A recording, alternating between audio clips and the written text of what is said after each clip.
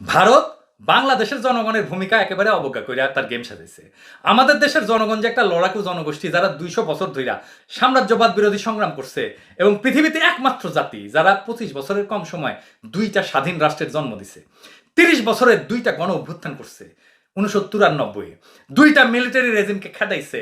এই বাস্তবতা ভারত সরকার আমলেই নেয় নাই।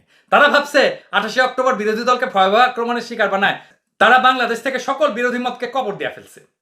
আমাদের ভারতীয় পণ্য বর্জনের আন্দোলন ভারতের হিসাব নিকাশের এই ভুল প্রকটভাবে উন্মোচিত করছে।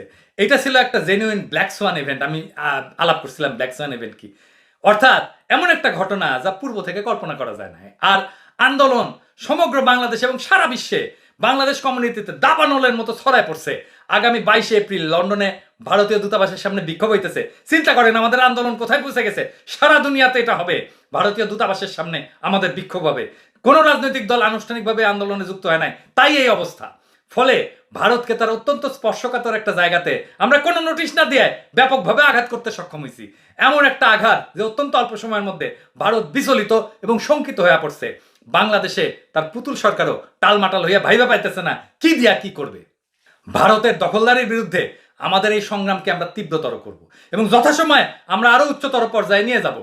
আমরা বাংলাদেশের 18 কোটি জনগণ যে বজ্রমুষ্টি আকাশে তুলছি, চূড়ান্ত বিজয় অর্জন না হওয়া পর্যন্ত সেই বজ্রমুষ্টি আমরা নামাবো না। আমি বারে বারে বলি, বাংলাদেশের স্বাধীনতা, সার্বভৌমত্ব, আঞ্চলিক অখণ্ডতা এবং জাতীয় মর্যাদা রক্ষায় বাংলাদেশের 18 কোটি মানুষই যথেষ্ট। আমরা আমাদের নিজস্ব শক্তিতেই ভারতকে বাংলাদেশ থেকে বিতাড়িত করব।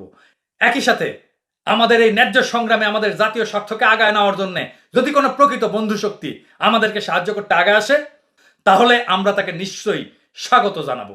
আমরা শত্রুকে আঘাত আর দালালদের নিশ্চিন্ত করিয়া যদি আগাইতে পারি, তাহলে বিজয়ের শুভেচ্ছা থেকে আর বেশি দেরি নাই। বিজয় আমাদের অনিবার্য। আমরা বীরের জাতি, আমরা চিরকাল মাথা উঁচু করে বাঁচছি, এখনো মাথা উঁচু করে বাঁচবো। সবসময় উচ্চারণ করবেন নজরুলের সেই কবিতা, বলবীর চির উন্নত মমশির, শির নেহারি আমারই নত শির ওই শিখর হিমাদ্রির। এর মানে জানেন? নেহারি মানে দেখা। আমাদের শির বা মস্তক এতই উন্নত, এতই উঁচুতে, এতই খারাপ যে সেই উঁচু শির দেখা হিমাদ্রি মানে হিমালয়ের চূড়া পর্যন্ত শ্রদ্ধায় অবনত হয়। মাথা উঁচা রাখবেন দেশবাসী।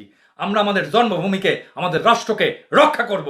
আমাদের ধমনীতে শহীদের রক্ত প্রবাহিত হয়, এই রক্ত কখনো পরাভব মানে না।